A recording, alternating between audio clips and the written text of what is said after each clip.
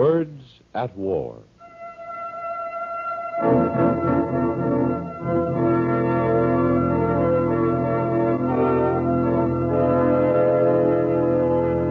On Words at War tonight, we tell you of an actual event which took place in December 1942. Tonight, the story of the incredible adventures of the Coast Guard reserve boat 3070.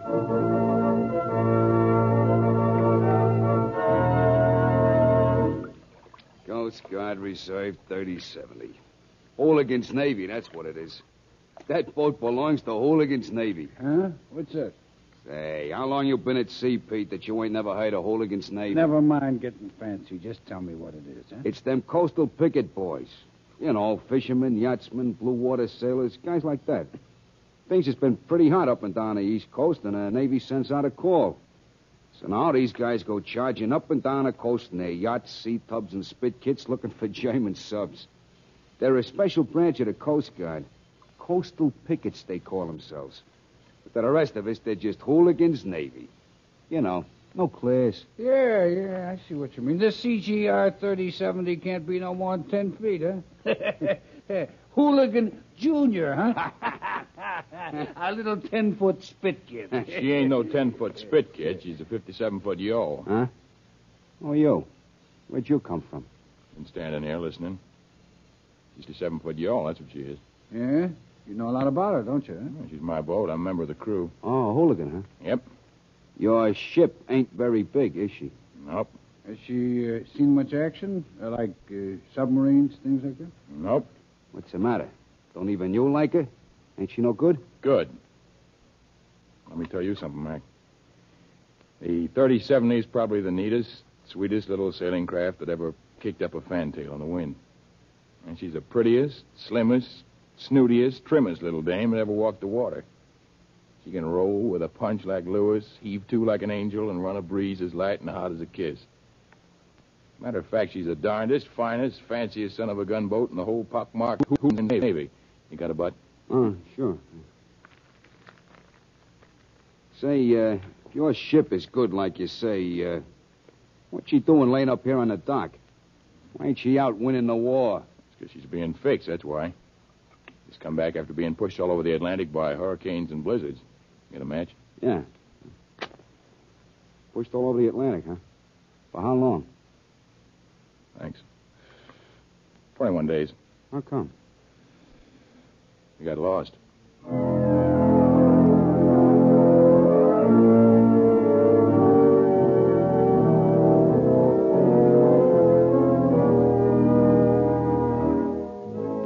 The National Broadcasting Company, in cooperation with the Council on Books in Wartime, brings you an account of one of the greatest searches in American naval history. The epic story of a gallant little coastal picket boat written by Lieutenant Lawrence Thompson. The Navy hunts the CGR 3070.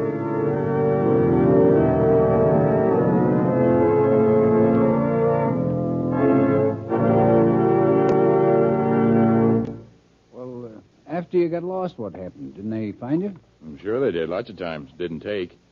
Not for 3 weeks it didn't take.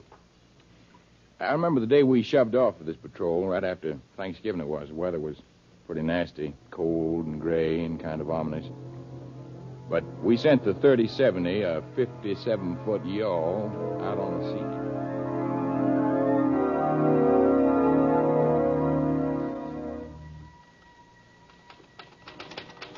Log of Commander, Eastern Sea Frontier. Entry. At 1300 o'clock, Army bomber 35998 reported unable to take off for prescribed duty. Engine trouble. Another escort provided outgoing merchant ships.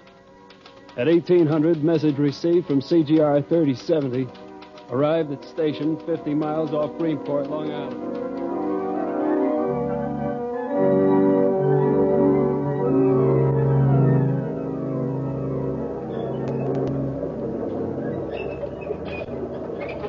The 3070 under full sail was picking away easy-like through the water. There's 9 of us aboard, counting the skipper, me and Smitty and Jobby and George, and there was Watson and Joe Choate. He was the exec officer. There was 9 of us altogether. Now, Smitty and me was topside on watch. It was night, We couldn't see so good, so we was watching with our ears, kind of. For German submarines, that is. I said to Smitty, boy, I'd like to see a submarine. I sure would like to see one. I need to see a submarine like I need a ring in the nose. I wonder what we'd do if we seen one. Yeah, that's easy. We'd drown them. Yeah? How? Sure. We'd creep up on them. You see, that's where a sailboat's got it all over a destroyer or a PC. No motors making noises. We'd creep up on them, see? Yeah, well, then what? You can't shoot them. No guns. Quiet, will you? I'm telling you. We'd creep up till we got even. Then we'd come about real quiet. We'd come about till we were right alongside, and then... Yeah? And then we all take turns spitting down a periscope, see? We drown them. I'm dying from laughing. Well, what'd you ask me for? You know what we'd do. We'd radio ashore and they'd send out bombers and destroyers, you know. Yeah, I know. Well, what's the matter then? You don't like your job? Sure, I like it. It's just that I'd like some action, that's all. Action? Yeah? What size? Ah, cut it out, Smitty. You know what I mean. It's okay, but I'd rather... Hey, shush. Huh? I heard something. Sub? Yeah, wait a minute. No, I guess not. Oh, wait. I heard it, too. Right over there. Submarine! Where? Surfacing, 2 points off, port bow. Submarine! Where'd you see it, Bill? Over there. Wait, Robin. Hey, wait a minute, it's gone. Must have submerged. No, there it is, there. Where? Okay, boys, go on back to sleep. Huh? What do you mean? Look, Sonny, don't you know the difference between a submarine and a whale? And what's more, it's a lady whale with children.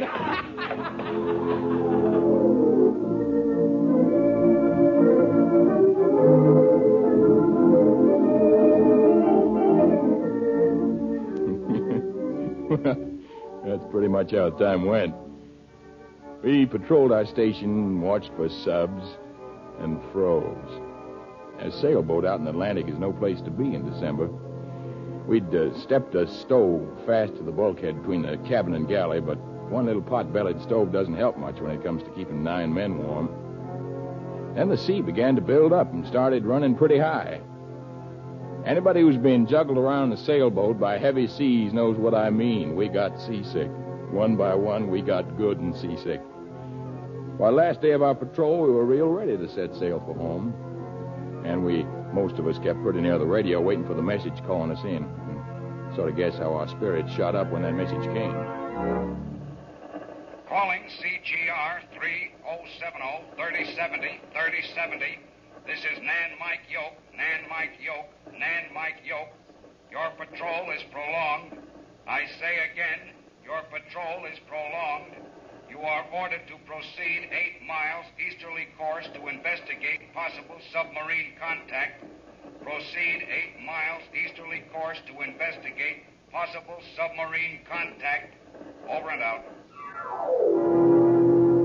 Our spirits shot up all right, like a lead balloon they shot up. We turned the 3070 about and headed out to sea again.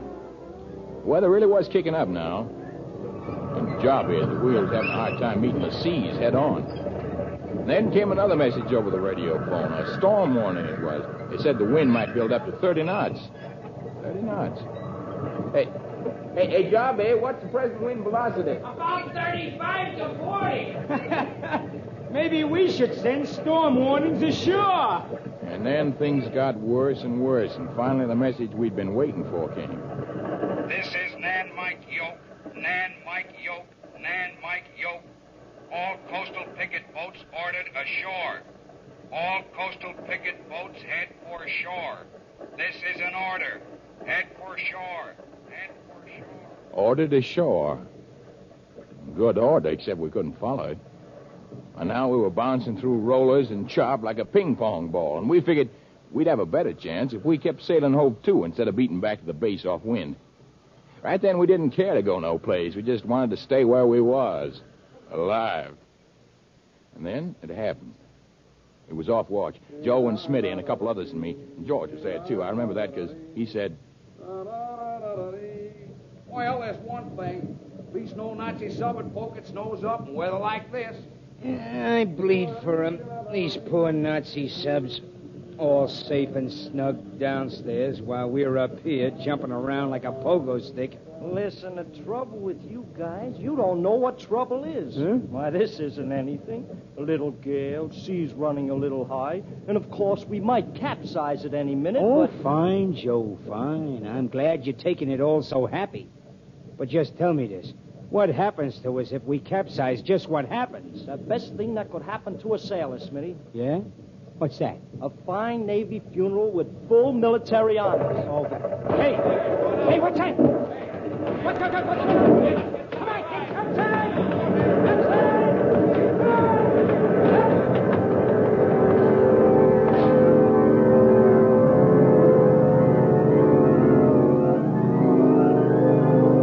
And so we got it. It was like being hit in the side of the head by a cannonball. All of us was swept all over the cabin like dice in a box. All the furniture broke loose. The heavy center table skidded after Joe and socked him on the head, and Watson and the cast iron stove met in the same corner. Only Watson got there first, and the stove landed on top of him. Both guys are hurt bad, but we didn't know it at the time. As soon as we could, we scrambled up the deck. We were sure Chubby'd been washed overboard, but he wasn't. He was hanging to the wheel, gulping kind of, and pointing off to leeward. Hey, look. Look there. Yeah, I see it. There goes our lifeboat. Yeah, look at that. It even took its paddles. Oars. Well, that's what I mean, oars. It even took its oars. After a while, we realized the 3070 wasn't going to sink, so we kind of collected ourselves a bit. Our little boat was hurt bad. Her mizzenmast had snapped off. The shackle had carried away at the head of the storm trysail. What was left of the other sails was rags and tatters. What had happened was we got caught in the trough of a couple of breakers, and the coming breaker had swamped us like a beach swell cracking up a toy boat. The 3070 was hurt bad. But somehow she was still sailing. We were still going. We won't be going for long unless you guys get your tails up and start bailing. We bailed. We hauled pans from out the galley, and for 2 solid hours we bailed. And all the time, Smitty kept worrying us with his talk about seams. The seams is open. They can't be. We've been drowned. Okay. Only I'm saying it ain't natural for all this water to be down here. The seams is open. And I'm saying they can't be. Okay. We kept on bailing, except for Watson and Joe. Watson's ribs had been smashed when the stove fell on him, and Joe had got a big gash on the head from the center table. We lashed them both in their bunks. The ship was rolling so hard they had to be lashed in. And Joe lay there holding a towel to his head. We watched the blood sop through the towel the way coffee soaks up a lump of sugar. There wasn't nothing we could do about it. We felt bad about not being able to do anything. We tried to cheer him up. We told him we're sure to be rescued before dark. Sure. It's 1 now. Why, they'll pick us up by 5. We're sure. We're in a good place to be picked up. Yeah, I'll bet you $1 million that the whole Navy gets here by 3. It got darker and darker. Finally, we couldn't even see the bowsprit. It got cold out, real cold. Snow drove hard in our faces like frozen rain. We kept on telling Watson and Joe of how he was going to be picked up. Lots of rescues is done in the dark. Why, listen. The Navy's got spotlights can pick a man out 10 miles off. 100 miles, maybe. Ha. We're a cinch.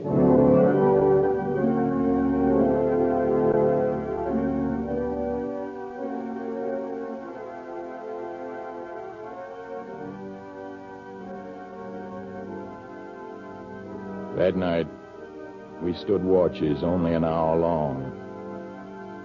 As the fellas came below, freezing cold and soaking wet from the spray, they'd be so wore out they just fell on the bunks, on the cabin deck, boots and all. Wherever they lay, we'd cover them up with soaking wet blankets and hope the heat from their own bodies would dry them out. And it was a long night, cold, long and cold, and black as a pocket. And as it dragged on, we stopped talking about being picked up.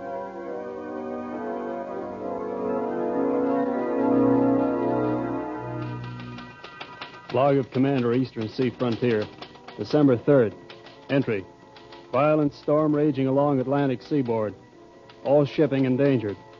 Distress signals from Coast Guard Reserve 3070 intercepted. Position approximately 20 miles off no man's land. At 1300 o'clock, Army bomber 21760 reported CGR 3070, 35 miles east of former position at 2200.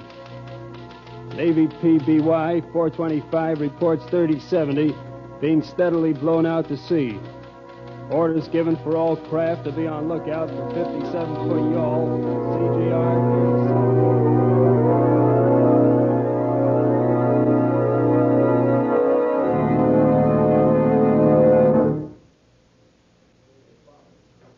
A big Army bomber circled around us, flew off, and didn't come back. Maybe it came. We wasn't there. We was being blown at a terrible clip through the sea. Couldn't tell exactly where we was heading because all our instruments had been smashed, but we figured it was southeast. That wasn't good. On nothing but bare poles, our little boat was running out to sea, bouncing through the chop. Nothing we could do about it. We tried to fix things up, straighten the cabin out, things like that. Mostly, though, we bailed. Except for Smitty. He was trying to fix a radio which had clunked out from our sending distress signals so much. We kept asking him, how you doing? She won't go. Why not? The generator won't work. Why not? Can't get it started. Why not? She won't go. Smitty kept on tinkering with hours went by. Ship astern! Ship astern! And then around noon, the lookout let out a yell and pounded on the companionway hatch. We tore up to the deck.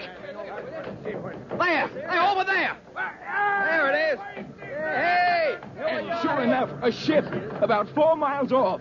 We stood there watching as it came near. We thought it was a PC boat at first, That but... ain't no PC. It's a destroyer, a limey destroyer. It won't stop. We stood there watching as it pulled alongside. We could see the men on the deck looking us over. One of them... What's he say? Hello, he says. Us stranded in the middle of the ocean, and he says hello. Take it easy, Smitty. They're going to pick us up. Joe was right. The destroyer swung around and closed to us on our starboard side. The seas were still running heavy, so the destroyer pumps bunker oil on the water to smooth it so a tow line could be floated down to us. We got the tow line all right, and with it came big black globs of thick oil, which washed up over the taffrail and covered us and the yawl like a coat of slimy glue. But we didn't care. We was so happy to be in tow, we didn't even care where they was towing us to. Say, maybe she's going to Scotland, Smitty. I bet she's going to Scotland. Yeah? Sure, pretty ship, ain't it? I bet she's going to meet up with a convoy and take us to Scotland. Well, that's okay.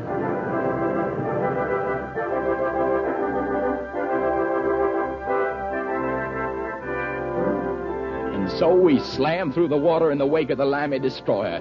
A heavy fog came up, so we couldn't hardly see the limey that was towing us. And the sea would spank against the bar like the water was cement. We didn't care. We was happy guys, real happy.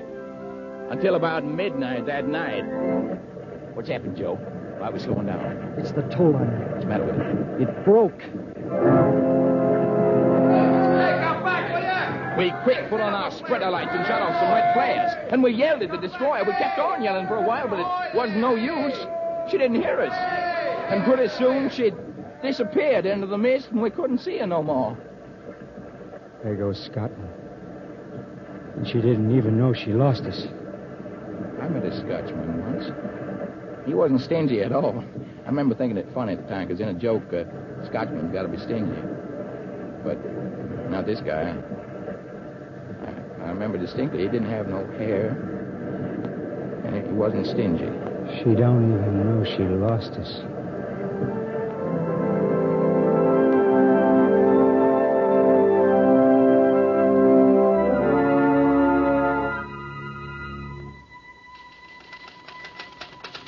Log of Commander, Eastern Sea Frontier. Entry December 6th. At 1300, British destroyer Caldwell reports CGR 3070 found. Orders dispatched Army-Navy bases. Call off search. Missing yawl located at 1900. Further message from destroyer Caldwell. Message. Have lost 3070. Am searching. Request aid. End of message. Orders given for reissuance of search plans for planes and surface craft. Army and Navy bases contacted. Hunt for CGR 3070 again.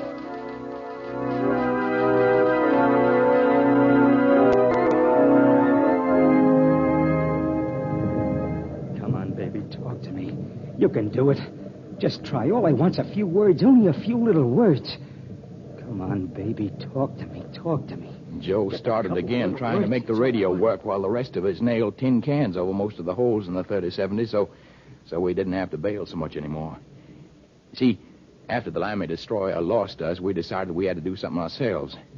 We figured we could rig our forestaysail to the mainmast like a storm trysail, except it was torn and full of holes, and we had to sew it first. So those guys who wasn't topside on watch sat around the cabin sewing. Meanwhile, Smitty and George figured out a way to strain the salt water from out the gasoline in the generator, and that way they was sure they could get the radio phone working. It was December 9th, I think it was, 6 days after we'd been socked by the storm, and Smitty was fooling around with the radio like he always did, cussing a bit and talking to it like it was alive. Come on, the words. Out with the words. I can't say them if you don't try. Hello, baby, some more now. Try a little harder. Come on. Now, you ain't trying. That's the stuff. That's the radio. A little more. Come on, baby, work at it. Come on. Calling CGR 3070, 3070, Gee, 3070. It's talking to me. Nan Mike Yoke. Keep it up. Nan Mike Yoke calling CGR 3070. Message for 3070. Go on, Smitty, go on. Talk back, answer it. CGR 3070 here. Go ahead, Nan Mike Yoke. Go ahead. 2200 tonight. I say again, I repeat, all stations East Coast will keep silent and listen for you to make a report at 2200 tonight. If possible, make a report at 2200 tonight. Nan Mike Yoke off. We worked. All afternoon we worked, getting ready for our radio program that night. We was nervous. See, even the skipper was kind of nervous. And he said Smitty should be allowed to do the talking because he'd fix the radio. As the hour came close, we got more and more keyed up. Smitty kept fumbling with the radio and clearing his throat, kind of. And then Joe gave the word. Okay, Smitty, start talking. All right. Come on, baby. You got to do it now. It's not working. Give it a chance to warm up, will you? Give it a chance. Come on. Atta girl. It's going to work. Calling CGR 3070. Nan Mike Yoke calling 3070. Come in, please. Come in. Go on, Smitty. CGR 3070 here. Exact whereabouts we don't know, but we think we're 400 miles offshore. Latitude equal to about Atlantic City. Seas heavy. Weather real unfavorable. Request aid. Over to you. Report from you. I say again, all stations standing by to pick up report from you. This is Nan Mike Yoke calling CGR. Listen, Nan Mike Yoke, this is 3070. We're here, about 400 miles offshore. Latitude about even with Atlantic City. Request help. Over to you. Call him again, Smitty. Call him again. Nan Mike Yoke. 3070 calling Nan Mike Yoke. Come in, please. Come in. Over.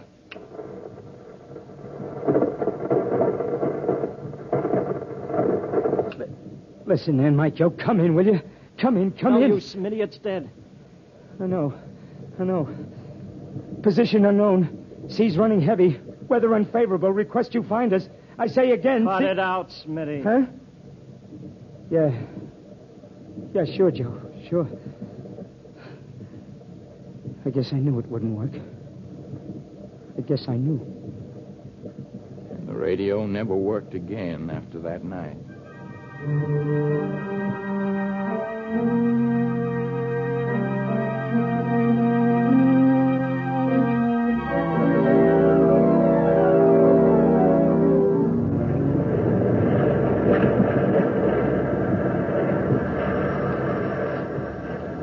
Things got kind of bad after the business about the radio.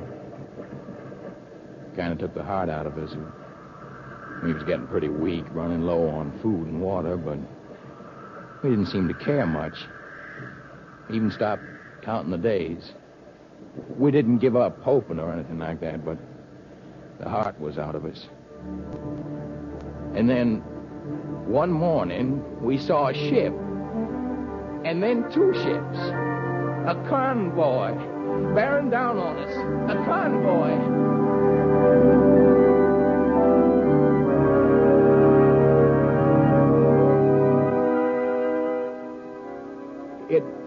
Wasn't their fault they couldn't help us. They tried. The leading destroyer swung around behind us and tried to tag us with a tow line, but they couldn't. So they chased us through waves as big as mountains. They chased us on a zigzag course with the entire convoy. The 3070 zipping along, dancing in and out around the merchant ships with the destroyer like a big old sheepdog lumbering after. We could see guys lining the rails of the merchant ship, staring, goggle-eyed.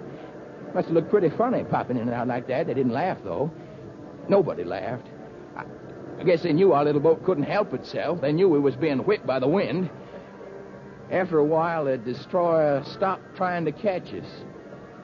And so we stood there, hanging on the rail, and we watched the destroyer and the convoy go away. We stood there, and we cried like we was babies.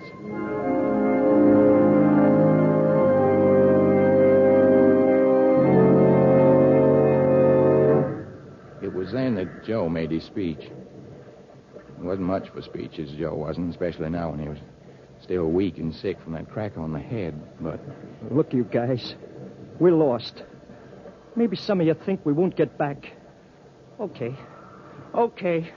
but I don't believe it. We didn't come into this outfit because we expected it to be a picnic, and it hasn't been a picnic either. We've proved to everyone we could go out on a small craft in all kinds of weather. We proved we could keep station, fulfill our assignments, and handle our ships. They said we weren't any good. A bunch of cripples not good enough to be taken into the regular Army and Navy. Hooligans Navy, that's us. And now we're lost. We're in bad trouble. Okay. All I want to say is I'll bet $100 to 1 that our boat shows up in some harbor somewhere within the next 10 days. Does anyone want to bet?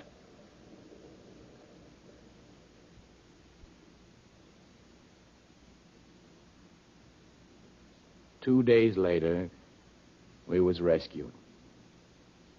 Yeah, we came in on our little piece of torn sail until we landed just off the coast of North Carolina, where a patrol boat found us and towed us the rest of the way in. And when we got to the dock, we walked ashore.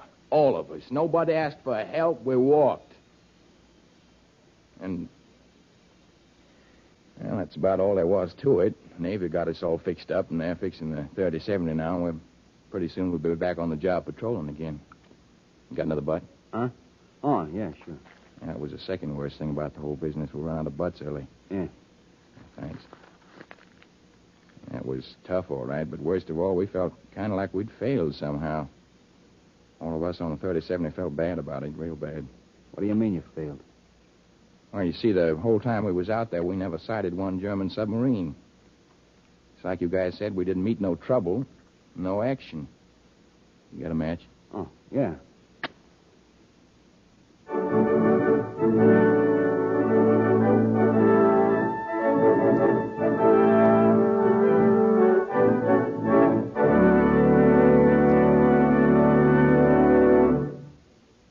As the 43rd program of Words at War, we've brought you a dramatization based on the book The Navy Hunts the CGR 3070 by Lieutenant Lawrence Thompson. The book was adapted for radio by Edith Summer of the NBC script staff. Heard in the role of narrator was Lamont Johnson. Others in the cast were Walter Vaughn, Walter Burke, Jackson Beck, Michael Brown, and Michael Everett. The music was by William Meader, and the production was under the direction of Anton M. Leader.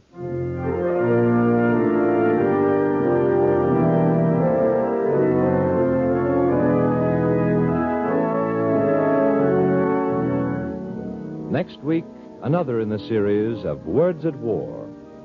Words at War is brought to you in cooperation with the Council on Books in Wartime by the National Broadcasting Company and the independent radio stations associated with the NBC network.